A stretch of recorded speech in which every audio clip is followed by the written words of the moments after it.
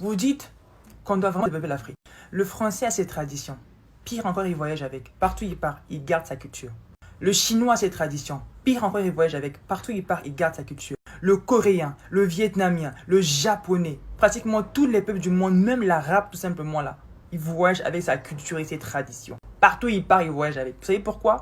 Parce qu'il suit le chemin de ses ancêtres et il continue à perpétuer leur connaissance et leur sagesse. Différemment de nous qui avons subi un grand lavage de cerveau. Pas que durant 400 ans, mais plus de 1400 ans. Parce que même notre système scolaire actuel découle de l'époque coloniale. Les enfants apprennent les mêmes choses depuis des années jusqu'à aujourd'hui. Est-ce que vous savez qu'à l'école, on n'apprend pas l'histoire de l'Afrique avant l'époque coloniale? Genre, il n'y a rien. Là, je parle même de l'Afrique francophone. Hein. On nous apprend notre histoire à l'arrivée des colons. Genre, c'est vraiment de là que notre vie a commencé. Et vous savez très bien que c'est à partir de là que l'histoire a été falsifiée. Genre, l'Afrique, avant l'homme blanc, il n'y avait rien. Il y avait un vide total. C'est ce qu'on nous a mis en tête depuis le bas âge. Et on nous a appris qu'on nous a ramené l'écriture, la langue et tout ce qu'on a aujourd'hui. Imaginez-vous qu'on a une génération qui grandit comme ça. Comment pouvez-vous espérer un changement si tout le monde pense que tout nous est venu d'ailleurs? Et pour un moment que les gens se révoltent ou encore prennent conscience que la base vient de chez eux-mêmes, certaines personnes, ça les dérange de savoir que c'est vrai.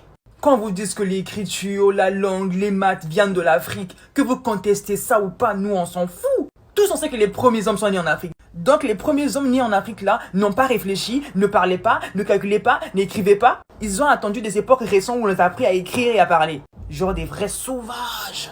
C'est ça l'idée que vous avez des Africains. Et c'est ça qu'on veut tuer, vous prouver que l'Afrique a été civilisée bien avant que d'autres peuples ne viennent avec leur civilisation.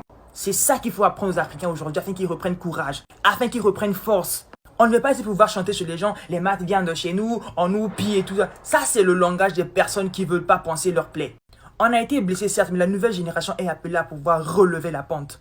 Si nos aïeux se sont battus pour notre indépendance physique, aujourd'hui c'est à nous les jeunes générations de pouvoir se battre pour notre indépendance mentale et spirituelle. On ne peut pas s'en foutre du passé. Regardez les Chinois, ils ont leur écriture. Ça veut dire qu'ils ont fait recours au passé afin de préserver leur écriture. L'Inde, la Corée, le Vietnam, ils ont leur écriture, leur langue, ils ont gardé leurs valeurs. Cela veut dire qu'ils ont fait recours en arrière afin de pouvoir protéger ce qu'ils ont aujourd'hui là. Le futur, ce n'est que la modernisation du passé, rien d'autre. Donc vous voulez construire une Afrique qui sort de l'ordinaire, une Afrique où il y a à un moment donné arrêté au fait. Pourquoi vous voulez que l'Afrique soit comme ce que vous voulez? En plus, on parle là d'un continent, pas que d'un pays, mais d'un continent qui est plus grand que tout et qui peut prendre tout ce qui existe comme continent.